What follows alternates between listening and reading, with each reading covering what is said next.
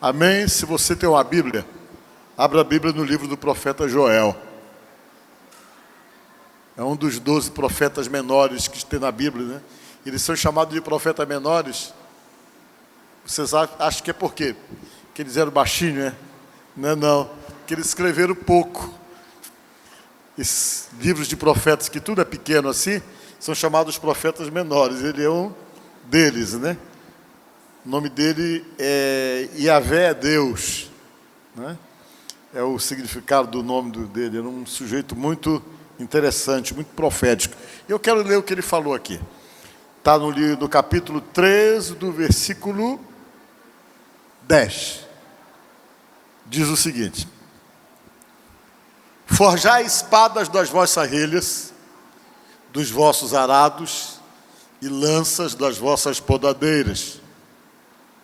Encoraja o fraco, dizendo: sou um valente. Amém? Essa tradução não é a tradução que eu gosto. É a tradução de diga ao fraco: eu sou forte. Amém? Tem essa tradução? Vamos ler a outra tradução? É a mesma coisa, mas as colocações das palavras eu acho elas mais... essa aqui é que eu gosto. Vamos ler todos juntos agora, vamos lá. Forjai espadas das vossas enxadas e lanças das vossas foices. Diga ao fraco. Amém? Diga comigo: eu sou forte. Amém? Vamos falar de novo? Eu sou forte. Amém. Podemos assentar. Por que Deus falou isso, né? Eu quero nesta tarde conversar com você sobre a gente, né? Nós somos totalmente, como é que podemos falar assim, a colocação correta? Cheio de nuances, de mudanças. Existem dias que você acorda todo animado. Tem dias que você acorda que parece assim que a sua vida não tem muito sentido. Você acha que você não vai ter força suficiente para poder lidar, às vezes, com os desafios da tua própria vida, os desafios que todo mundo tem. E dependendo do nível de motivação de cada um, tem pessoas que ficam pelo meio do caminho não se sentindo capazes de nada.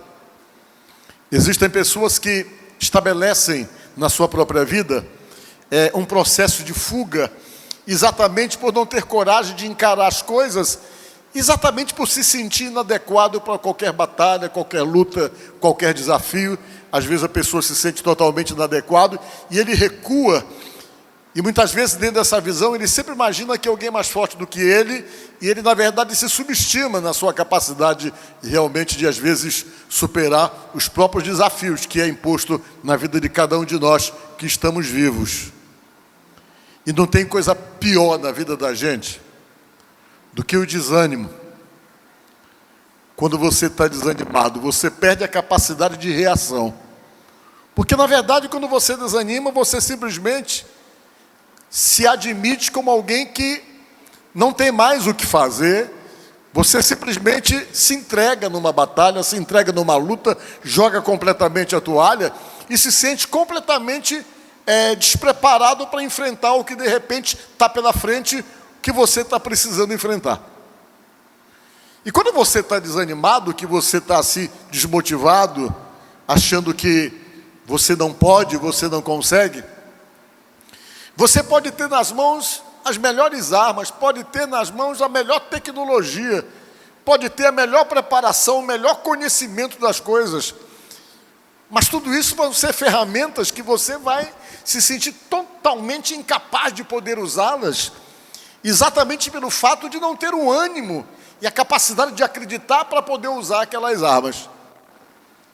E quando você está motivado, não importa o que você tenha na mão, você acaba usando aquilo que você sabe fazer de melhor, e aquilo que você sabe fazer de melhor na sua concepção é capaz então de provocar uma vitória retumbante para você, uma vitória grandiosa, por conta de você simplesmente acreditar naquilo que é capaz de fazer ou naquilo que sabe fazer e simplesmente agir, motivado, acreditando que é capaz de realizar. A gente pode perceber isso na vitória de Davi com Golias. quando tentaram dar para Golias as armas que eram de ponta da tecnologia da época, que a Bíblia diz que levaram ele para dentro de uma sala, e o comandante da guarda de Israel disse assim: escolhe aí, e colocou um armamento nele, e deu para ele uma espada. Sabe o que diz a Bíblia? Que quando paramentaram ele com todas as armas que eram de ponta da tecnologia da época, diz a Bíblia que ele não conseguiu sair do lugar. Ele não tinha habilidade para lidar com aquelas armas. Aquelas armas, elas eram boas, eram importantes para uma batalha, mas para quem sabia usar. Mas em compensação ele tinha outras habilidades, que eram exatamente as habilidades que Deus estava querendo usar para fazer ele obter exatamente ou conseguir uma vitória estrondosa com aquilo que ele sabia fazer. Não era necessário alguma coisa muito tecnológica de ponta. Deus não está precisando disso para poder te dar grandes vitórias. Ele só está querendo fazer você descobrir aquilo que você é capaz de fazer e acreditar acima de tudo em você, com a ajuda dele, que você vai chegar onde você quer chegar.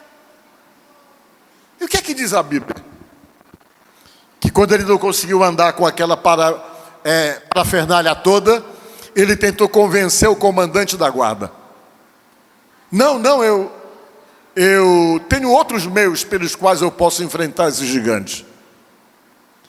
E a primeira coisa que ele exaltou para o gigante, ou para o comandante da guarda, foi o poder de Deus. Ele disse: um dia um urso quis pegar um animal do meu pai, porque ele era pastor de ovelhas, ele que cuidava da proteína da família, porque naquela época as pessoas guardavam a proteína no campo. Ninguém tinha geladeira para estar guardando. Então ficava tudo no campo, que simplesmente garantia a subsistência da família, e alguém tinha que tomar conta. E não era fácil tomar conta dessa proteína que ficava no campo.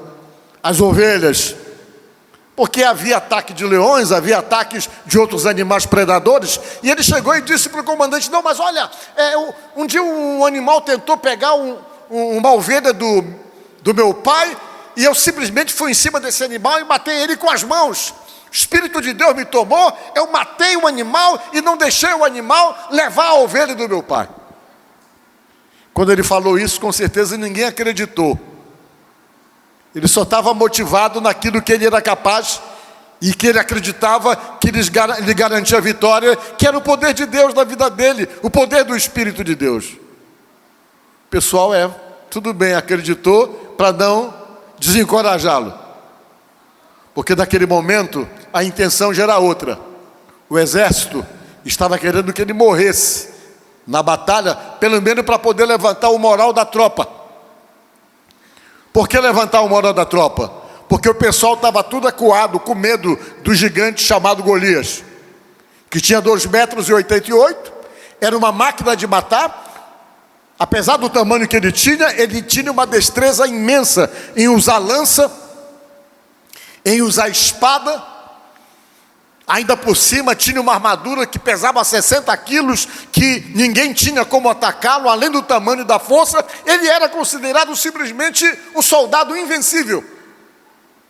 E o comandante da guarda queria pelo menos que fosse alguém lá descer no vale para lutar contra ele, para poder dizer que a tropa não era covarde, era corajosa, que ainda que fosse necessário morrer, tinha alguém disposto a encarar e a enfrentar a batalha. Porque nesse momento todo o exército de Israel ficava entrincheirado, não tinha coragem de partir para uma batalha aberta contra os filisteus, porque eles sabiam que os soldados filisteus eram grandes e por cima tinham essa máquina de matar chamado Golias. O Davi chegou e disse: não, vou lá lutar com ele. O pessoal, vendo que como é que alguém vai lutar sem ter arma alguma, mas ele disse que ia, fez todo mundo acreditar. O pessoal empurrou ele mesmo para poder servir de bucho de canhão numa situação daquela, que pelo menos morreria heroicamente, que dava o ar de heroísmo para a tropa. E ele desceu a montanha e veio para o vale, na hora que o Golias marcou o horário do encontro daquele duelo que deveria acontecer. Não demorou muito, o Golias desceu também. Golias imaginou: deve ter um camarada do meu tamanho aí para poder lutar comigo. Aí de repente que ele olha, ele vê um garoto ruivo, dos 22 anos, descendo a montanha, segurando um pedaço de pau na mão, Ele olhou e disse: rapaz, porventura eu sou algum cão para tu vir lutar comigo com um pedaço de pau na mão? Que guerreiro é tu, que não tem uma espada, tu vem com um pedaço de pau. Ele desceu a montanha, ele não sabia usar também a espada, mas desde criança ele sabia usar a funda, sabia usar o estilingue. Nisso aí ele era especialista. O que é que eu estou tentando dizer para você? Você sempre vai ser forte naquilo que Deus te preparou para fazer e para usar. Deus não precisa de nada grandioso, ou de uma tecnologia avançada para poder construir ou desenhar uma vitória tua. Ele vai usar você do jeito que você é, da maneira como você sabe fazer as coisas. São essas habilidades que Ele simplesmente potencializa e vai aprimorar para dizer simplesmente uma coisa: que quando Ele está contigo, as coisas mais simples da tua vida podem se transformar em grandes vitórias por aquilo que Ele pode fazer. Ele desceu, o Golias ficou chateado, porque o Golias achou que aquilo ali era uma afronta, era acima de tudo um deboche. Esses caras estão debochando de mim.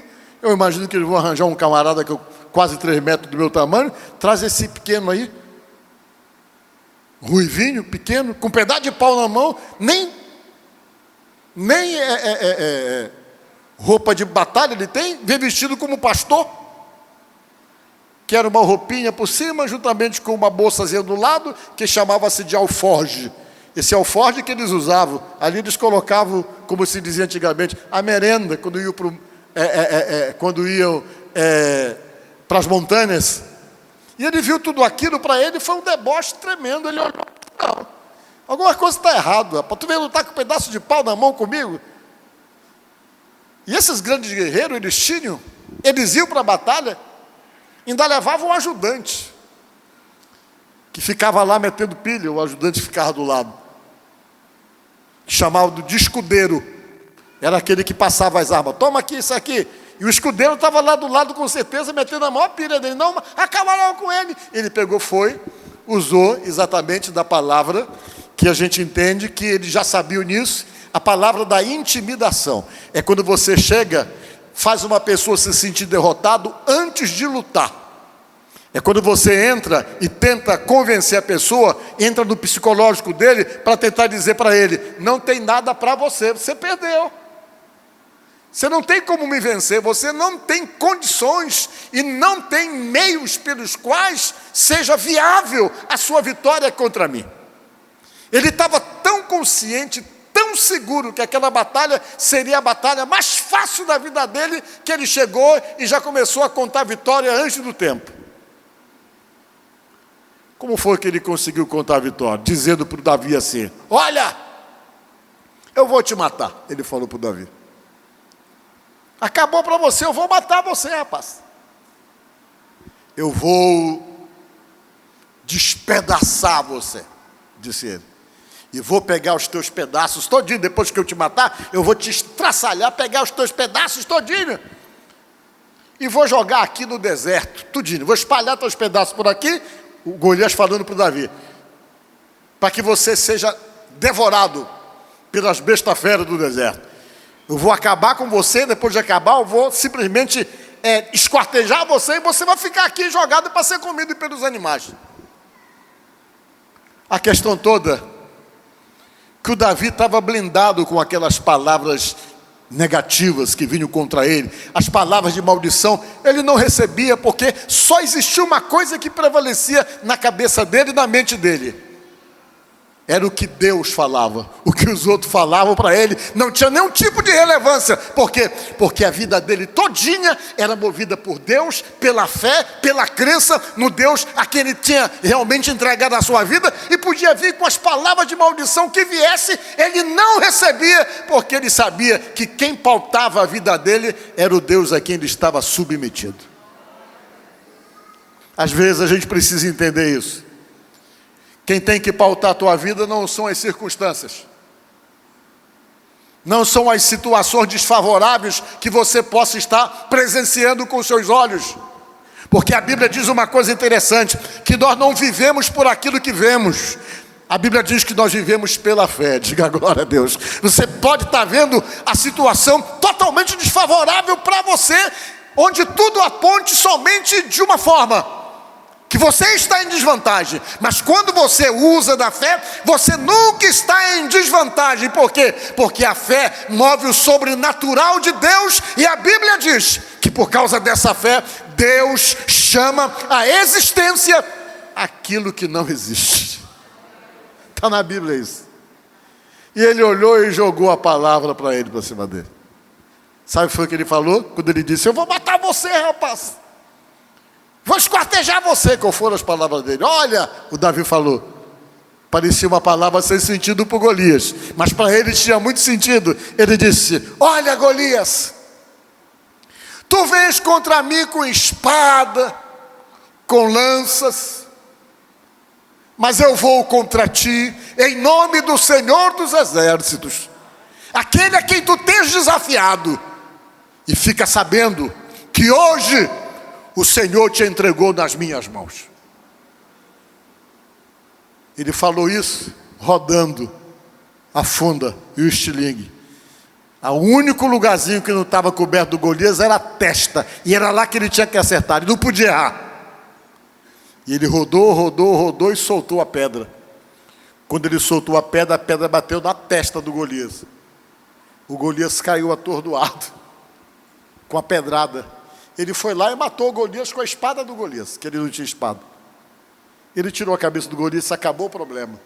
Aí os soldados desceram a montanha cheio de gás para ir para a batalha, que eles nunca tiveram coragem de ir, unicamente porque Deus mostrou o seu poder e dizendo o seguinte, que se você está na mão dele, vai acontecer da maneira como você crê. Ele vai pautar as coisas e vai determinar para você, através da sua fé, como é que as coisas devem acontecer. É mais ou menos isso que estava voltado para essa situação aí que eu li para vocês, do profeta Joel. A Bíblia diz que o povo de Deus estava vivendo um momento muito complicado, muito delicado. E aquele momento em que você perde a autoestima, e além de perder a autoestima, você começa a se sentir um nada, você começa a se sentir sem grandes importâncias. E não são poucas as vezes que a gente se sente assim, é momento que a gente começa a refletir, e a gente mesmo começa a se depreciar por uma série de fatores, porque parece assim que nós já temos a tendência de nos depreciarmos. Parece que para a gente nada está bom, a gente fica o tempo todo se autoanalisando e parece que no nosso olhar a gente não consegue ver em nós mesmos alguma coisa que seja realmente animador, e tem pessoas que demonstram essa insegurança e essa falta de autoaceitação, e às vezes nas pequenas atitudes. Tem gente que você fala e tem pessoas que ficam repetindo insistentemente: ah, eu sou feio. Não gosto do meu nariz. Não bate minha foto, que eu não gosto que bata a foto minha, que eu nunca saio bom em foto. Vocês já viram pessoas que falam assim? E quando você vai tirar foto, ele tem tanta dificuldade para se aceitar, que ele briga com você, porque ele acha até que para bater foto ele tem lado. Não, meu lado bom é esse. Aí ele vai atrás do lado dele. Se você bate do lado que não é o que ele acha, ele não guarda a foto, porque tem que ser do lado dele. E a gente vê que a gente é cheio de entraves. A gente tem tantos entraves que estão diretamente ligados a essa questão, às vezes, da falta da autoaceitação. Às vezes a autoestima está tão baixa que a gente se submete a situações unicamente por não conseguir ver em nós o valor que nós temos, unicamente porque alguém vem, chega e diz que você não tem valor e deprecia você, você recebe aquilo para você e você simplesmente começa a se bloquear. É aquela história: olha, você tem que dar muito graças a Deus por ter casado comigo, porque se não tivesse casado comigo, ninguém ia querer você. E às vezes a pessoa: é mesmo, eu já estou só, eu fui premiado. E a pessoa vai, às vezes, tem gente que vai gerando exatamente esse tipo de intimidação que foi gerada pelo Golias para tentar depreciar e diminuir o Davi, que ele não recebeu aquilo. Quando alguém vier com essas palavras depreciativas, exatamente com o intuito de tentar te desqualificar, te diminuir e te colocar lá embaixo, nunca aceite isso, não. Se reconheça como alguém importante, reconheça o seu valor e valorize isso, senão você vai ficar refém daqueles que chegam e usam desse tipo de expediente de tentar diminuir, de tentar desqualificar você, de tentar dizer que você realmente não é um nada e você é. E o povo de Deus está vivendo mais ou menos uma realidade dessa. E Deus então sabia da aproximação de uma grande batalha. E Deus sabia que eles tinham muitos motivos para poder simplesmente acreditarem que dentro de qualquer luta, qualquer batalha, eles estariam em total desvantagem. Que eles eram simplesmente incapazes de poder lutar uma guerra, seja ela qual fosse, que eles não tinham qualificação para aquilo, e em qualquer situação eles seriam derrotados. E uma das coisas que eles podiam reclamar, que os tirava a qualificação, era o fato deles não terem armamentos. Houve um período em que o povo de Deus, até para amolar suas espadas, eles tinham que pedir para os filisteus, que tinham a tecnologia da amolação das espadas. E os filisteus, que eram inimigos, se não permitisse a amolação das espadas, eles ficavam com as espadas tudo cega. E nessa época não era tão fácil poder lidar com ferro. Era uma tecnologia avançada, que era privilégio de alguns países, e que não era privilégio do povo de Deus. Tudo isso então fazia deles numa escala mais abaixo daqueles que se sentiam os bambambãs e que tinham tecnologias avançadas na época e que se achavam acima de todos, e isso então criava uma situação de fraqueza para o povo de Deus e gerava também toda uma situação de baixa autoestima. E Deus precisava dizer para eles que o que fazia a diferença na vida deles não era a tecnologia que eles precisavam ter avançado, não era ter o maior número de soldados, nada disso. Deus tentava e procurava simplesmente mostrar para ele, por isso que Deus não adiantava toda a tecnologia como poderia adiantar, para dizer a eles e deixar no coração deles somente uma ideia. Eles só precisavam de Deus e da força de Deus. Em toda e qualquer situação, em toda e qualquer circunstância, por mais desfavorável que ela pudesse parecer para eles, eles tinham que acreditar que o que dava força para eles era o Deus que eles acreditavam. E diz a Bíblia então que Deus foi prepará-los para uma batalha, que alguns desse texto falam que é uma palavra dada para o futuro, que é alguma coisa que vai acontecer, mas com certeza foi alguma coisa que aconteceu no momento e que na verdade pegou mas foi escrito e deixado também como que uma profecia dupla se referindo a acontecimentos futuros. Deus chegou e disse, pois é, vamos proclamar uma guerra santa, disse Deus. Deus falou em guerra santa. É meio brabo você começar a imaginar que uma guerra pode ser santa, né? Mas dentro do conceito de Deus, a guerra santa seria quando você realmente tinha que lutar por uma razão justa, de defesa de interesses nobres e não de interesses humanos pessoais, mas alguma coisa que significasse a defesa de mais fraco. Aí Deus disse, não, vamos para a guerra santa, disse Deus. Quando Deus falou guerra santa, ele estava somente querendo dizer, olha, a guerra e a batalha que vocês vão, não é só de vocês não, é minha também. Eu vou estar no meio disso aí. E se eu vou estar no meio disso aí, eu quero dizer para vocês que eu estou indo junto. Se eu estou indo junto, não importa quais sejam as situações e a capacidade ou a vantagem do inimigo, o que importa é que eu estou dentro da batalha. E eu estou chamando vocês para a batalha, disse Deus. Aí Deus foi e disse, pois é, vocês não têm armamentos, mas você tem o quê? Vocês têm instrumento agrícola que vocês trabalham a terra, disse Deus. E esses instrumentos agrícolas que vocês têm, que vocês usam para poder arar e trabalhar na terra, a enxada de vocês, a foice de vocês, essa vai ser a arma de vocês. Só que dentro de uma visão mais militar, tudo aquilo seria uma loucura, seria uma desvantagem.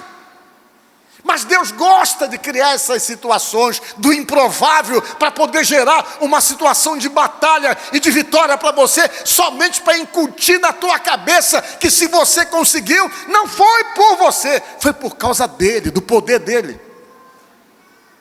Porque quando você usa aquilo que realmente é favorável a você, você pode de repente lá na frente achar que você conseguiu aquilo por você mesmo.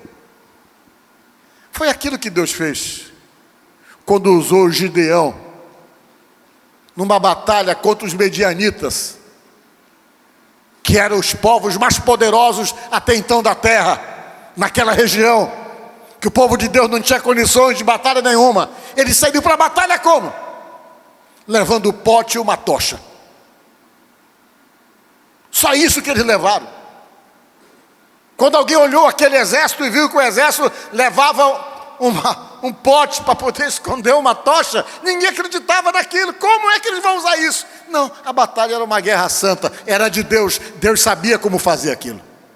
E diz a palavra que eles foram vencer a batalha, e nesse caso aí Deus disse: pois é, vocês vão pegar tudo que vocês têm aí, que vocês usam aí no dia a dia e usam para poder lavrar a terra, essa vai ser a arma de vocês, não se preocupem. Mas uma coisa eu preciso que vocês acreditem em vocês mesmos. Que vocês acreditem em vocês mesmos e simplesmente se reconheçam como forte, não como fraco. Porque se você for fraco, já se sentindo derrotado, se sentindo sem condições, você vai ser vencido. Mas se vocês forem acreditando em vocês, acreditando acima de tudo que vocês são fortes, porque eu estou com vocês, vá para a luta, porque a vitória é certa e eu vou garantir essa vitória. E foi isso que Deus fez. Deus reuniu todos eles, mandou eles arrumarem os instrumentos agrícolas para ir para uma batalha, e depois Deus mandou eles repetirem. Repitam: eu sou forte, eu sou forte. E o pessoal foi lá, cada um com uma foice, com uma enxada, com uma chibanca. Eu sou forte, eu sou forte. E eles começaram a acreditar que eram fortes. E eles foram para a batalha, no Vale de Josafá, e venceram a batalha, porque quem estava garantindo realmente a vitória naquela batalha era o Deus que estava junto com eles. Assim é Deus com você. Não sei quais são as tuas lutas, não sei quais são as tuas batalhas. De repente você diz: eu não vou conseguir, porque eu não consegui ter a qualificação que eu devia ter. Eu nunca vou chegar a ser igual ao meu irmão, porque o meu irmão é mais inteligente do que eu sempre fui o mais burrinho lá em casa, todo mundo dizia a mesma coisa. E você pode começar a usar exatamente o desânimo que vem na cabeça para tentar te depreciar e para tentar fazer você não acreditar naquilo que você é capaz. E Deus diz que não, para você acreditar que você é forte e que você consegue ser. E com essa força, você se agiganta, porque entra a fé no meio. A fé entra no meio dessa história toda. Vamos ver mais um verso? Efésios 3:20. Eu gosto demais desse versículo aqui.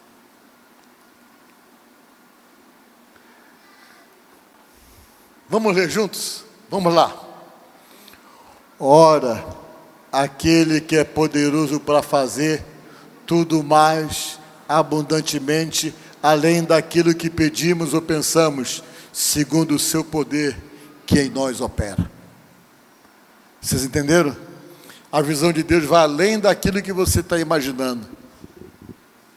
Além do que você imagina. O poder dele vai, ele dá, faz, além do que você acha que você é capaz de fazer ou que você tem condições de fazer.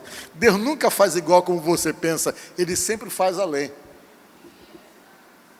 Esse é o poder de Deus. Mas ele precisa o quê? Da fé no teu coração. Ele precisa que você se sinta forte nele. Que você se sinta forte pelo fato de ter ele na sua vida. E ele está falando isso aqui, poder. conforme o seu poder que opera em nós. A palavra poder no grego é dunamis, de onde vem a palavra dinamite. Só para você poder ter a ideia do que significa esse poder. É alguma coisa que vem e destroça tudo, é um poder que vem do alto dos céus. E Deus se preocupa tanto com você, com respeito à maneira como você se olha, como você se vê, que Ele tenta simplesmente mudar essa visão, às vezes, que você possa ter negativa de você mesmo. Ele precisa trabalhar, e a primeira coisa que ele precisa fazer é tentar convencer você de que você é a coisa mais especial, que você não é fraco, nunca vai ser fraco, e simplesmente é uma pessoa muito preparada e muito forte, por isso que você está aqui. O que é uma das coisas que faz a gente acreditar que a gente é o melhor de tudo que podia vir nesse mundo? Porque a concorrência que você realmente teve que concorrer para poder chegar primeiro e furar o óvulo lá, era com milhões. Eram milhões de espermatozoides, lá estava você no meio. Milhões não, é bilhões parece, né? É um monte. Baseado numa visão realmente contextualizada para a nossa realidade hoje, dizem que é uma concorrida tão grande que a gente, quando é realmente lá esse espermazinho, diz que a gente tem que atravessar montanhas que são maiores do que o Everest, para poder chegar primeiro na frente, para poder chegar no óvulo primeiro, para poder furar o óvulo lá e realmente criar uma situação da qual nós passamos a existir. O que chega primeiro é que consegue ser o que você é. Se você está aqui, porque você ganhou a concorrência. Você foi mais ligeiro, foi mais rápido, você chegou primeiro. Então você é competitivo, você não é fraco, você não é qualquer um. Você era o melhor que o seu pai tinha para poder realmente fazer com que você se tornasse a pessoa que você é. Mas às vezes a gente se sente, e Deus precisa tentar mostrar para você que você não é qualquer coisa não. Você é o melhor do que Deus podia ter para poder estar aqui, nesta noite. E Ele tenta passar isso para nós. Olha só o que diz o outro texto. 2 Timóteo. Digam comigo. Porque Deus não nos deu espírito de medo ou de temor, mas de fortaleza, de amor e de moderação. Foi esse o espírito que Ele deu para você. Qualquer coisa além disso, não foi Ele que deu. Porque baseado pelo que diz a Bíblia, o que Ele dá para você é a capacidade de você sentir o poder dEle em você, de amar e de ser uma pessoa equilibrada dentro das maiores pressões às quais você possa estar submetido. Tudo aquilo que vem além disso são desajustes e desequilíbrios e fragilidades que a gente vai simplesmente absorvendo e recebendo unicamente por não nos bloquearmos a ponto de acreditarmos que nós somos fortes. Então nesta noite, não sei quais são os teus desafios, não sei quais são os problemas que você possa estar passando, não sei o que é que tem desanimado você, não sei o que é que tem tirado o teu ânimo, não sei o que tem feito você pensar assim, eu vou me entregar para mim, eu não sei como é que você tem se depreciado, ou se subestimado. Mas eu quero que você saia daqui desta noite, sabendo acima de tudo de uma coisa. Você tem um Deus que te motive, que te ajude, que tenta dizer para você que Ele é contigo, que Ele não te deixa, que Ele não te desampara, e Ele é o alguém que proporciona na tua mente esse entendimento de que você é forte. A primeira coisa que acontece é você se conscientizar disso. Porque primeiro a gente pensa, depois a gente fala, depois a gente age. Para que você possa pensar primeiro que você é forte. E que essas situações, porventura, que estão desafiando você, são situações superáveis pela fé que você tem em Deus. Pode estar difícil para você, pode estar desafiador, mas a proposta da palavra é somente dizer para você: seja forte, acredita, se sinta forte, porque você está comigo.